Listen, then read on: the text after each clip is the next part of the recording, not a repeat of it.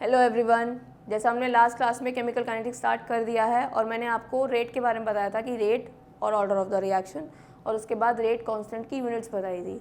तो आप I hope आपने वो देख लिया है और आपको रेट कांस्टेंट की यूनिट आ गई हैं, ठीक है। और उस टॉपिक में कोई डाउट नहीं है। रेट कैसे लिखते हैं, रेट लॉ कैसे लिखते हैं, वैसे तो बहुत ईजी टॉपिक था, बेसिक सा टॉपिक था, ठीक है।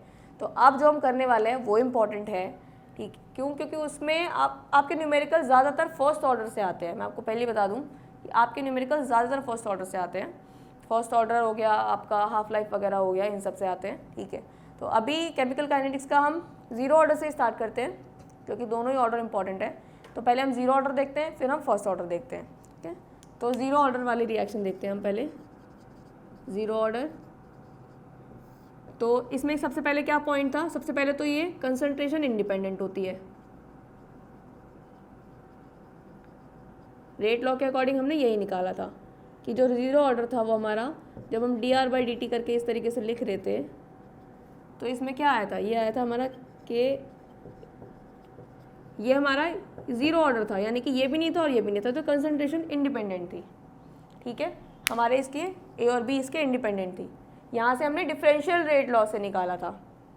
तो अब जब हम डिफरेंशियल रेट लॉ के बाद अब हम इंटीग्रेटेड रेट लॉ पे जाएंगे। हमने अभी तक जो भी कंक्लूजन दिया है वो डिफरेंशियल रेट लॉ के अकॉर्डिंग दिया है। इंटीग्रेटेड रेट लॉ पे हम गए ही नहीं हैं। अब हम इंटीग्रेटेड रेट लॉ निकालेंगे, यानी कि इसको जब हम इंटीग्रेट करते हैं, इसको जब हम इंटीग्रेट करते हैं इनिशियल से फाइनल तक, जहाँ पे हमारा टाइम टी है वहाँ तक, तब हम जो इक्वेशन निकालते हैं वो इक्वेशन मेरी क्या निकल के आती है? वो इक्वेशन मेरी निकल के आती है के T is equals to R naught minus R, या फिर मैं इसको ऐसे कह सकती हूँ के is equals to R naught minus R divided by T.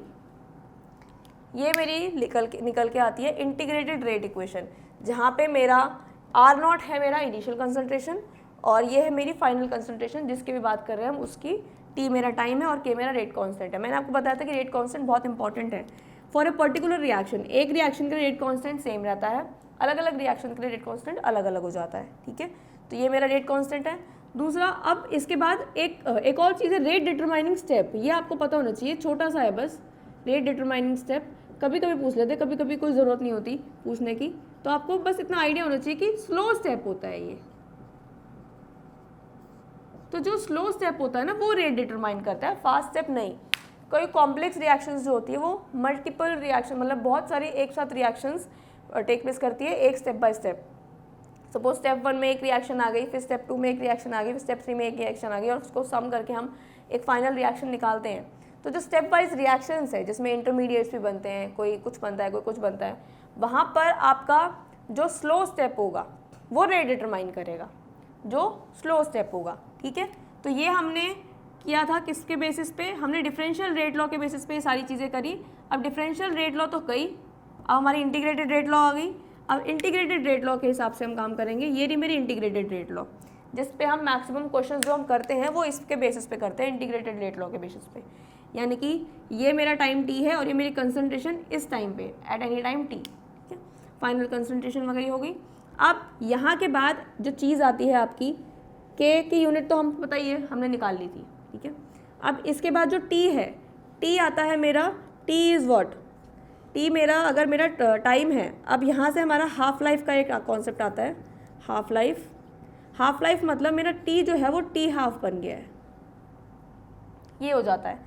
यानी टी मेरा टी हाफ, यानी कि अगर मेरी रिएक्शन 10 मिनट में प्रोसीड कर रही है तो 5 मिनट के बाद वो कहाँ प्रोसीड करेगी, दैट इज़ टी हाफ, ठीक है।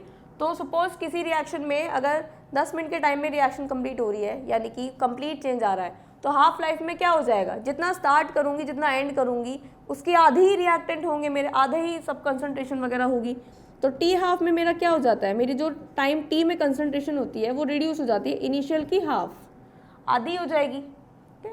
हमको सिर्फ हाफ कर देना रिएक्शन को, फुल को हाफ। तो फुल को हाफ करेंगे तो कंसंट्रेशन भी हाफ हो जाएगी। और जैसे ही कंसंट्रेशन हाफ होगी तो यहाँ पे मैंने क्या निकाला? यहाँ पे मैं टी हाफ निकालूंगी। अब तो टी हाफ जैसे मैंने निकाला तो टी इधर गया, के इधर आ गया, ठीक है। हमने बस इसको रीअरेंज कर दिया है।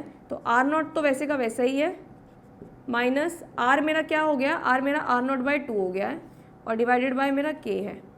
तो इसके बाद जो ये मेरी रिएक्शन बनेगी वो मेरी रिएक्शन बनेगी।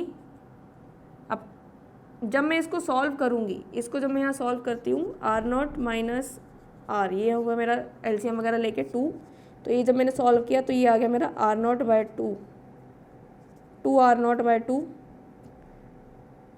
ठीक है, सॉरी 2 माइनस R0 है तो R0/2 आ जाएगा, ये आ गया मेरा। तो R0/2 मैं यहाँ जब लिखूँगी तो ये हो जाएगा मेरा R0/2, के यहाँ पे है ही, और ये T12, ये मेरी T12 की इक्वेशन आ गई, यानी कि ये है मेरा हाफ लाइफ, ये है मेरी हाफ लाइफ। तो यहाँ पे दोनों ही इंपॉर्टेंट है, ये इंटीग्रेटेड रेट लॉ और ये हाफ लाइफ, ठीक है। अब डिफरेंशियल वाला कॉन्सेप्ट नहीं देखना है हमको, ये इंपॉर्टेंट है कि डिफरेंशियल वाले के बाद जो मेरी इंटीग्रेटेड रेट लॉ आई उसके बाद मेरा क्या आया, मेरा ये आया हाफ लाइफ का। अब एक और चीज़ है, यहाँ से मेरे को ग्राफ प्लॉट करना है। सपोज कोई ग्राफ ही प्लॉट आ जाए, तो अगर मैं ग्राफ प्लॉट कर रही हूँ तो ग्राफ में हमेशा स्ट्रेट लाइन कर्व के हिसाब से प्लॉट करती हूँ, जो क्या कहता है मेरा y is equals to mx plus C, where c is what, intercept, मेरा c इंटरसेप्ट होता है और मेरा m मेरा स्लोप होता है, ठीक है, ये आ गया। अब मेरे को इस इक्वेशन को इस फॉर्म में लेके आना है। इस फॉर्म में जब मैं लेके आती हूँ तो ये हो गया मेरा, पहले के टी करा मैंने, के T is equals to R0 minus R, ये। अब मैं इसको रीअरेंज कर रही हूँ। रीअरेंज करने के बाद मैंने क्या देखा, मेरे को एक तरफ y एक्सिस चाहिए, तो y एक्सिस पे मेरी कंसंट्रेशन है y, जब मैं इसको उधर लेके आऊँगी, इसको उधर लेके जाऊँगी, तो ये हो जाएगा मेरा माइनस के टी प्लस R0। अब ये इक्वेशन मेरी इस फॉर्म में आ गई, जहाँ पे मेरा क्या है, ये मेरा y है, y is equals to mx plus c, ये है, क्योंकि हमको x एक्सिस पे टाइम प्लॉट करना है। x एक्सिस पे हमेशा टाइम प्लॉट होता है और y एक्सिस पे हमारी कंसंट्रेशन। तो ये मैंने जब ग्राफ प्लॉट किया, y पे मेरी कंसंट्रेशन है और x पे मेरा टाइम है, तो यहाँ से मैं देख रही हूँ, क्योंकि स्ट्रेट लाइन है, स्ट्रेट लाइन की इक्वेशन है, स्ट्रेट लाइन है, और मेरा जो स्लोप है वो नेगेटिव स्लोप है, m है मेरा, यहाँ से मैं देख रही हूँ x क्योंकि t हो गया तो m मेरा क्या हो जाएगा, m इज़ माइनस के, तो माइनस के इज़ नेगेटिव स्लोप। जब नेगेटिव स्लोप होता है तो मेरी स्ट्रेट लाइन ऐसे ना हो के ऐसे हो जाती है, और ये मेरा इंटरसेप्ट है R0, यानी कि वो यहाँ पे कट करेगी कहीं पे R0 पे, और वो मेरा ग्राफ जाएगा ऐसा। तो ये मेरा इंटरसेप्ट हो गया R0, और उसके बाद ये मेरा स्लोप आ जाएगा m माइनस के, यानी कि मैं ग्राफ से, ग्राफ का स्लोप निकाल के मैं k की वैल्यू निकाल सकती हूँ, ठीक है। ये आ गया मेरा ग्राफ। तो ये मेरा जीरो ऑर्डर का ग्राफ है। कई बार ऐसा होता है कि ग्राफ दिया होता है और आपको पूछ लेते हैं find the order of the reaction, ठीक है। तो ये थोड़े अलग अलग टाइप के क्वेश्चन है ऑर्डर से। तो ये था मेरा पूरा जीरो ऑर्डर का। अब सेम है हमारा फर्स्ट ऑर्डर का सब कुछ। हमको अब फर्स्ट ऑर्डर के बारे में देखना है कि फर्स्ट ऑर्डर में क्या क्या चीज़ें आती है, ठीक है। तो फर्स्ट ऑर्डर में क्या क्या चेंजेस हो जाएंगे। सबसे पहले तो कंसंट्रेशन यहाँ पे रहेगी फर्स्ट ऑर्डर में, डिफरेंशियल रेट लॉ में कंसंट्रेशन रहेगी रिएक्टेंट की, और उसके बाद फिर हम उसको इंटीग्रेटेड रेट लॉ में लेके जाएंगे, ठीक है। तो अभी हम फर्स्ट लॉ देखते हैं, फर्स्ट ऑर्डर। तो अब हम देखते हैं जीरो के बाद फर्स्ट ऑर्डर। तो डिफरेंशियल रेट लॉ मेरी यहाँ से कहाँ निकली थी, डिफरेंशियल रेट लॉ मेरी निकली थी, ये मेरी डिफरेंशियल रेट लॉ निकली थी, ठीक है।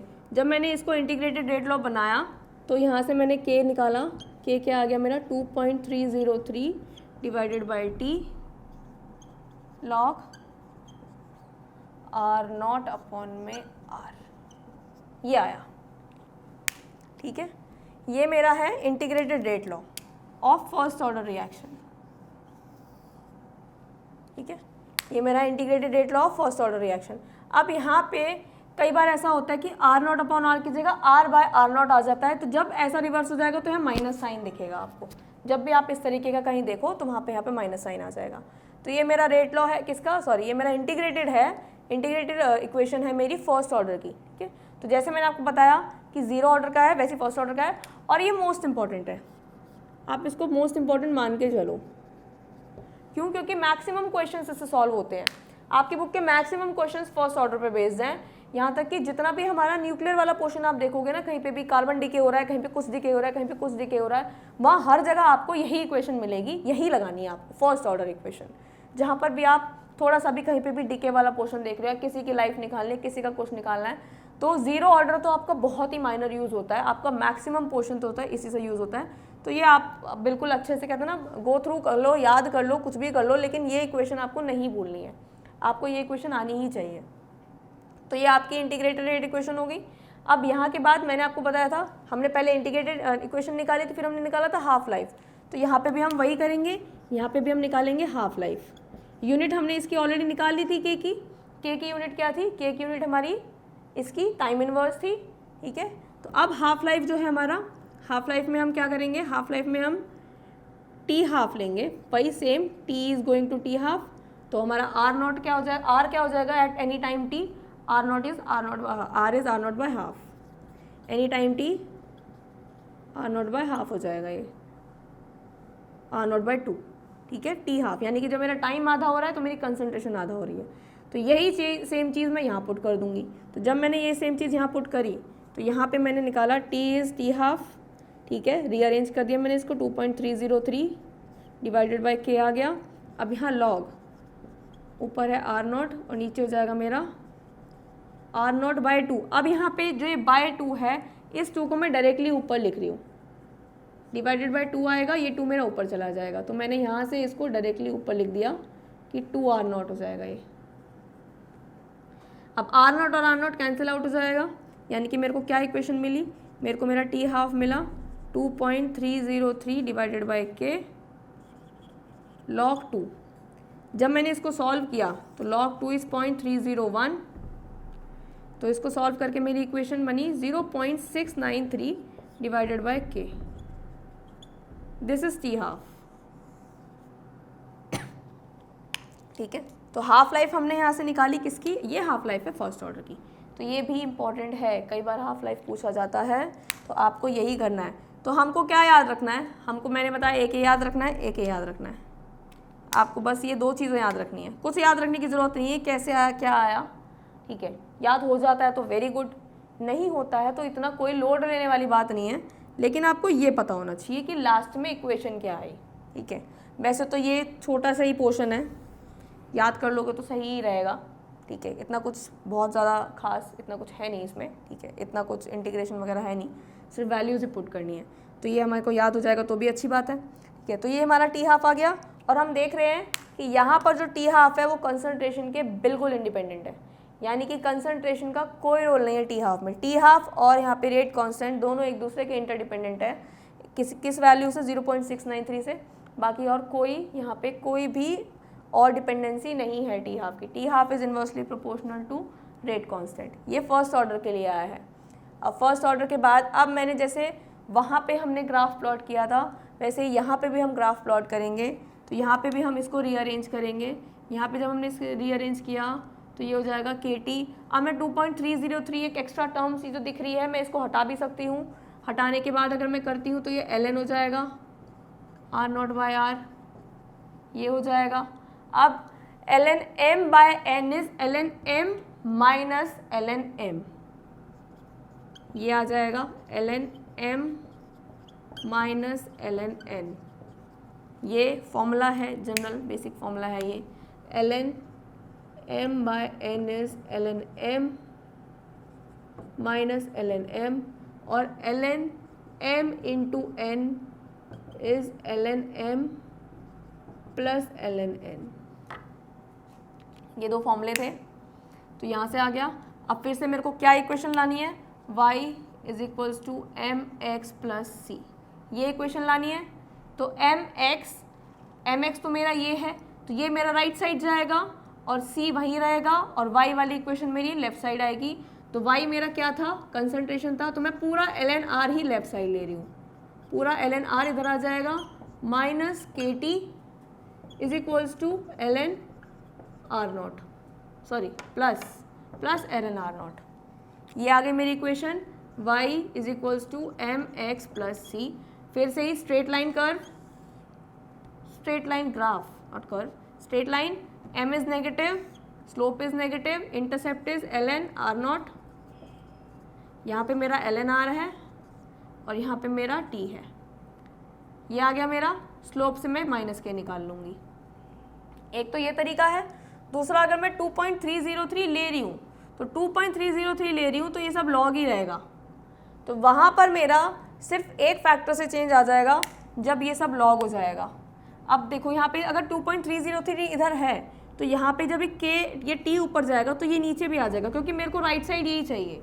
तो जब 2.303 आएगा तो ये ऐसे हो जाएगा k अपॉन में 2.303 इज इक्वल्स टू, अब ये लॉग R0/R आ जाएगा। तो जब मैं इसको फिर से रीअरेंज करूँगी तो यहाँ से मेरी जो इक्वेशन निकल के आएगी वो इक्वेशन होगी मेरी log R is equals to minus KT upon में 2.303 प्लस में log R0। ये इक्वेशन हो जाएगी मेरी। तो जब मैं यहाँ से देख रही हूँ तो यहाँ से मेरा जो स्लोप आया है वो माइनस K अपॉन में 2.303 आया है, ये हो जाएगा। बस इतना डिफरेंस आ जाएगा जब मैं क्या कर रही हूँ, ln की जगह log लेके चल रही हूँ। ठीक है, तो ये था मेरा फर्स्ट ऑर्डर का पूरा, फर्स्ट ऑर्डर की इंटीग्रेटेड इक्वेशन, हाफ लाइफ और उसका ग्राफ। तो आपको अब डिफरेंस क्या याद रखना है, आपको ये याद रखना है कि यहाँ पर ln R है और उस केस में ln नहीं था, उस केस में सिर्फ R था। तो अगर ln R और t के बीच में ग्राफ प्लॉट हो रहा है स्ट्रेट लाइन तो ये फर्स्ट ऑर्डर है, और लॉग नहीं है जब तो वो जीरो ऑर्डर रिएक्शन है। तो यहाँ पे ये भी एक डिफ्रेंशिएट करने वाला पॉइंट है जीरो और फर्स्ट ऑर्डर को। और पूरे चैप्टर में जो सबसे इंपॉर्टेंट पोर्शन है ना वो यही है, ये वाला पोर्शन। और इसके अलावा एक आर्हेनियस इक्वेशन है, छोटी सी इक्वेशन है लेकिन वो इंपॉर्टेंट है। ये आपको सिर्फ अगर ये भी याद है ना तो आप कोई सा भी क्वेश्चन बुक में जब भी आएगा ना तो आप कर ही लोगे। ठीक है, तो ये हमारा पूरा पोर्शन था केमिकल काइनेटिक्स का इंपॉर्टेंट वाला। तो थोड़ा बहुत हमारा इंपॉर्टेंट चीज़ें थी इसमें, वो ये है। इसके बाद जैसे मैंने आपको बताया कि जो इम्पॉर्टेंट है वो क्या है हमारा, वो इम्पॉर्टेंट है हमारा आर्हेनियस इक्वेशन। ठीक है, और एक छोटा सा टॉपिक है स्यूडो फर्स्ट ऑर्डर रिएक्शन। बस यही दो चीज़ें रह गई हैं, तो वो हम नेक्स्ट वीडियो में डिस्कस करेंगे दोनों टॉपिक्स को। और उसके बाद फिर क्वेश्चंस भी देखेंगे इसके कि किस किस तरीके से कुछ टाइप के क्वेश्चंस कि कैसे सॉल्व होते हैं। तब तक आप जितना भी ये करवाया है आप इसको एक बार याद करने की कोशिश कीजिए, क्योंकि ये आपको याद ही करना पड़ेगा। आप प्रैक्टिस करके याद कर सकते हैं, पूरा डिराइव करके याद कर सकते हैं, देख लीजिए, लेकिन एट द एंड आपको ये इक्वेशन और ये ग्राफ आपको पता होना चाहिए, क्योंकि कई बार हमसे इसी पे बेस कुछ ना कुछ क्वेश्चंस पूछ लेते हैं। ठीक है, तो तब तक प्रैक्टिस कीजिए और जितना हो सके उतना ज़्यादा कहते हैं ना क्वेश्चंस को आप प्रैक्टिस करोगे तो आपको न्यूमेरिकल वाला हैंड थोड़ा स्ट्रांग हो जाएगा। ठीक है, तो आज के लिए इतना ही, थैंक यू।